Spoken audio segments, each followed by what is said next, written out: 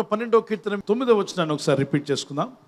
వాని కొమ్ము ఘనత నుండి హెచ్చించబడును. మీ జీవితంలో మీరు హెచ్చింపబడాలని దేవుని కోరిక.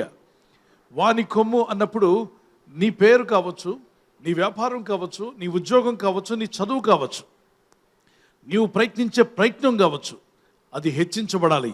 1వ కీర్తన 1-2 వచనాల్లో దుష్టుని ఆలోచన చొప్పున నడవక, పాపుల మార్గములో నిలవక, అపహాసకులు కూర్చుండే చోట కూర్చుండక, యెహోవా ధర్మశాస్త్రమందు దివారాత్రము ఆనందించు ధ్యానించువాడు ధన్యుడు. దివారాత్రం ధ్యానించాలంటే ఆనందించుచు ధ్యానించాలి. అటివాడు నీటి కాలంలో ఎవరు నాటబడినదే ఆకు వాడక తన కాలమందు ఫలించే చెట్టు వలె ఉంటాడు. నువ్వు విఫలుడు అవ్వడం దేవుని చిత్తం కాదు, నువ్వు ఫలించాలి. యోహాను సువార్త 15:8 వచనంలో మీరు బహుగా ఫలించడం వలన తండ్రిని దేవుడు మహింపరచబడతాడట. కాబట్టి మీరు ఆయన శిష్యులుగా పిలువబడాలంటే మీరు బహుగా ఫలించాలని ప్రభు కోరుతున్నాడు. జెనిసిస్ చాప్టర్ 1:28, ఆదికాండం 1:28లో ప్రభు ఆదామును అవ్వను కలుగు చేసిన తర్వాత వారిని ఆశీర్వదించను. మీరు ఫలించి అభివృద్ధి పొంది విస్తరించండి అన్నాడు. అంటే దేవుని కోరిక మానవుని పట్ల నువ్వు ఫలించాలి. చదువుతున్నావా, చదువులో నువ్వు ఫలించాలి. ఉద్యోగం చేస్తున్నావా, ఉద్యోగంలో ఫలించాలి. ఒకవేళ నువ్వు వ్యాపారం ప్రారంభించావా, ఫలించాలి. ఒకవేళ నువ్వు ఆత్మీయంగా దేవుళ్ళు ఎదుగుతున్నావా, ఇంకా ఎక్కువగా ఫలించాలి. ఆత్మీయమైన ఫలాలు ఎలా ఎన్ని రకాలైన ఫలాలు ఉన్నాయంటే అద్భుతమైన ఫలాల గురించి బైబిల్ చెప్తుంది. మారు మనసుకు తగిన ఫలాలు, అలాగే నీతి ఫలాలు, ఆత్మఫలం. ఆత్మఫలం వేరు, నీతి ఫలం వేరు, మారు మనసుకు తగిన ఫలాలు వేరు. ఒక వ్యక్తి మారు మనసు పొందాడు, మనసు మారింది, నేను ప్రభుని వెంబడిస్తున్నాను అంటే అతను చుట్టూ ఉన్నవారు అతనిలో ఫలాలు చూస్తారు. ఏమని? అవునండి నిజమే, ఇతను ప్రభు ఎద్దుకు వెళ్తున్నాడు, వాక్యం వింటున్నాడు, ఆదివారం చర్చికి వెళ్తున్నాడు, ఇతని లైఫ్ చేంజ్ అయ్యింది అని అతనితో థిక్కెస్ట్ ఫ్రెండ్స్ ఎవరైతే ఉండేవారు ఇంతకుముందు వారు చెప్తారు. ఎలాగా? ఒకప్పుడు తాగేవాడు మాతో, ఇప్పుడు తాగడం మానివేశాడు. ఒకప్పుడు మాతో తిరిగేవాడు, ఇప్పుడు తిరగడం మానివేశాడు. ఒకప్పుడు మాతో ఏదో ఒక పేకాటో లోకంలోకి వెళ్ళడమో ఏదో కార్యక్రమాలకి మమ్మల్ని ప్రోత్సహించేవాడు, ఇప్పుడు అసలు తాను రమ్మన్నా రావట్లా, ఆ మార్గాలకు గుడ్ బై చెప్పేశాడు. మాకు అర్థమైంది అతను మారిపోయాడు, అతని లైఫ్ చేంజ్ అయింది, మేమే సాక్షులము అని చెప్పారంటే అతనికి మారు మనసుకు తగిన ఫలాలు అతనికి వచ్చేసాయి.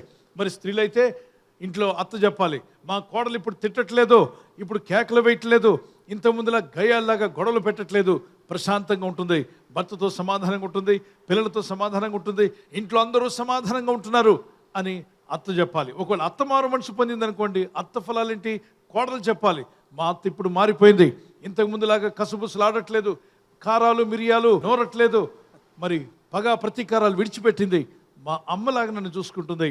ఒకప్పుడు అత్తలా ఉండేది, ఇప్పుడు అత్త అమ్మలాగా మారిపోయింది, నన్ను ఆమె కుమార్తెలా చూసుకుంటుంది, ఎంతో ప్రేమగా. భోంచేసావమ్మా అని అడుగుతుంది. మరి ఇంతకుముందు ఫిర్యాదులు చెప్పేది, ఇప్పుడు అలా చెప్పట్లేదు, ఆమె బైబిల్ చదువుకుంటుంది, ప్రేయర్ చేస్తుంది. మా అత్తలో చాలా మార్పును చూశాను, అది మారు మనసుకు తగిన ఫలాలు.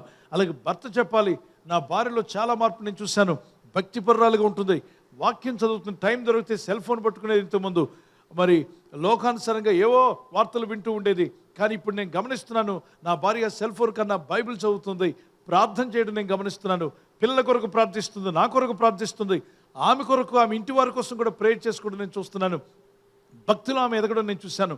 అంటే భర్త సాక్ష్యం ఇచ్చాయంటే ఆమెలో మారు మనసు తగిన ఫలాలు ఉన్నాయని. భార్య చెప్పాలి, నా భర్త ఇంతకుముందు ఉరుముడి మెరుపుల్లాగా పిడుగులు పడినట్టుగా కేకలు వేస్తూ అరుస్తూ ఉండేవాడు, మరి ఇంతకుముందు సునామీ సృష్టిస్తుండేవాడు, అప్పుడప్పుడు భూకంపాలు వస్తుండే మా ఇంట్లో, ఇప్పుడు భూకంపాలు రావడం ఆగిపోయాయి, దేవునికి స్తోత్రం కలుగును గాక.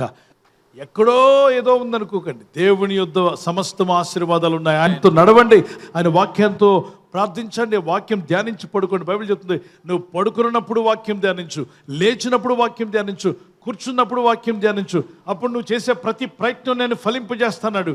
ద్వితీయోపదేశకాండము 11వ అధ్యాయం 18-19 వచనాలు.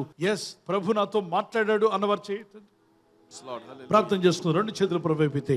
కృప కలిగిన మా తండ్రి, అనేక విధాలుగా హెచ్చిస్తానన్నావు, దీవిస్తానన్నావు, దయగలిగి ఉండమంటున్నావు, దయాళులుగా జీవించమంటున్నావు, వాక్యం ప్రేమించేవారుగా ఉండమంటున్నావు, నీ చిత్తం నెరవేర్చేవారుగా ఉండమంటున్నావు. ప్రభా, ప్రార్థించినప్పుడు ఇగో నీతి గల వారిని దేవుడు ఆశీర్వదిస్తానని వాగ్దానం చేశాడు.